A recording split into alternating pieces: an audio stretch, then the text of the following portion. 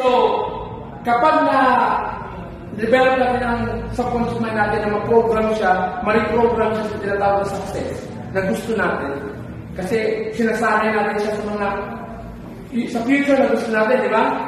Nagkakaroon tayo ng repetition of good ideas, yung mga bago natin natutunan. Kasi kung mag-dwell ka sa past, wala yun. Ulit-ulit tayo mabalik-balik lang. Kaya ma-reprogram natin siya sa something new. Okay. Kaya, pag na-reprogram natin ang ating subconscious na pakunti-kunti, then dapat maintindihan natin na tawag na attraction marketing. Then kung natidevelop na yung sarili, di ba? Kasi na-reprogram mo na, madali na lang matutunan something new. Okay? Kasi pag hindi ka natutunan something new, kasi kung nagsisimula ka pala, pipigilan ka, sino mo, magbasa ka ng libro. Unang quiz pa lang, na-entertain ka na. Sino gumagawa niyan? Yung subconscious mind mo. Kasi hindi siya nasanay magbasa.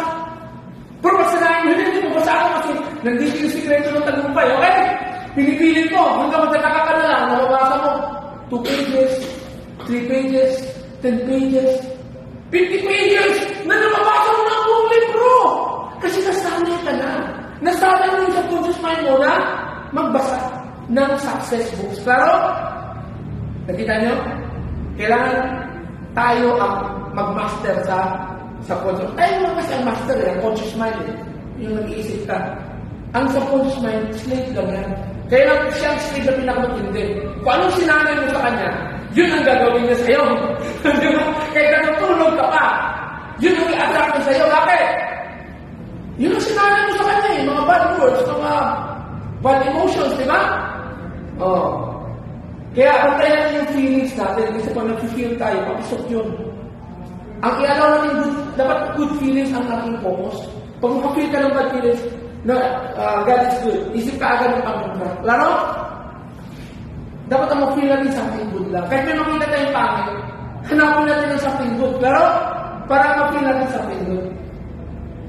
Kasi yung feelings na yan na papasok, lalabas yan in the form of emotions. Di ba parehas lang? Ito lang, ang feelings sa emotion, two-side yan. Ang isa papasok sa'yo, ang isa palabas. Kaya kung ano pinapasok mo sa sarili mo, yun ang lalabas. Tama? Kaya kung sinanay mo sarili mo sa pagiging good, ang lalabas mo sa'yo, something good. Kaya inaaway ka na, something good pa rin ang lalabas sa'yo. Bakit? Kasi pinili mo yung something good. Kaya kakaintindi ka ng tao. Okay? Intindihan mo yung tao. Bakit? Alam mo, dumadaan siya ng hirap, kaya gano'n siya nagsalita. Pero, later on, tutulungan mo siya. Parang gano'n ang idea. Okay, parang gano'n ang punto. Sanayin ang sarili sa something good. Pag nangyayari yung attraction marketing. Ano ba yung attraction marketing? Kailangan, huwag kang, ito po, magbibenta ka. Huwag kang magbenta na, bili na kayo, di ba? Hindi ka makakapat na kasi isang psychological view na nalaman ng mga expert ay ganito. Ang mga tao daw, gustong bumili. Dito mo sa Lazada, sa Shopee, sa TikTok, ang daming bumili, di ba? Ang ayaw ng mga tao, yung binibentahan sila. Ayaw ng mga tao gano'n. Ngayon, anong gagawin mo para maka-attract ka? Yung tawag na attraction marketing. Kasi wala tayong problema sa produkto natin dito. Ang ganda-ganda na di ba? Gamit na gamit natin. Kailangan makita nila na ginagamit talaga natin. Makita nila ginagamit natin yung mga products na nag-enjoy tayo doon, na maganda yung buhay natin. Okay? Dahil sa mga produkto yun. Then, kahit hindi natin sila magtahan, sila na yung magtatanong. Pag nagtanong sila sa'yo, na-attract mo sila. Yun ang attraction marketing. Okay? So, that's why you identify your ideal prospect, create valuable content. Gusto mo maka-attract, mag-create ka ng content sa internet na maganda. Yung alam nila, ang galing pala nito, ang daming alam, okay? Pag maraming alam na nakikita nila sa'yo, lalapit din sa'yo, magtatanong o papanoorin nila yung video mo, klaro? Magtatanong na sila sa'yo, na-attract sila sa'yo. Then magtatanong na sila tungkol sa negosyo. Kasi nagtiwala sila sa'yo. Kasi hindi mo sila binantahan. Sinabihan mo lang ng katotohanan. Na ang katotohanan, napakaganda talaga ng products. Naramdaman ko rin na. Kaya magandang testimony, di ba? Pag nag-testimony ka, di ba? Ayun.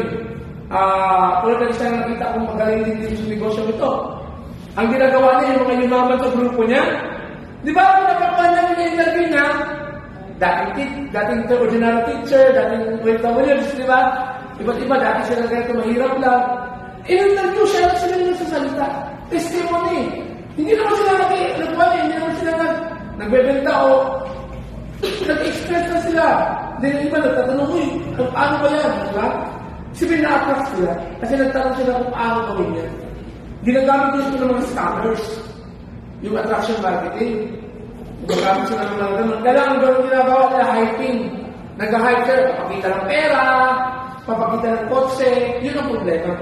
Yun ang gusto natin tanggalin dito sa negosyo ito, yung hyping.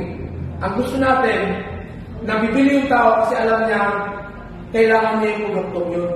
At ikaw yung makabigay ng produkto yun kasi ikaw mismo gumamit. Ikaw mismo, nasabi mo napakaganda yun. Kaya na-engganyo siya, ako din. Pag ako din na siya at nagtanong sa'yo, yan ang tinatawag na attraction na marketing. Hindi mo siya binentahan, pero kung siyang bumili kasi nakita niya na ikaw, gumaganda ka, pumuputi ka, ano ba?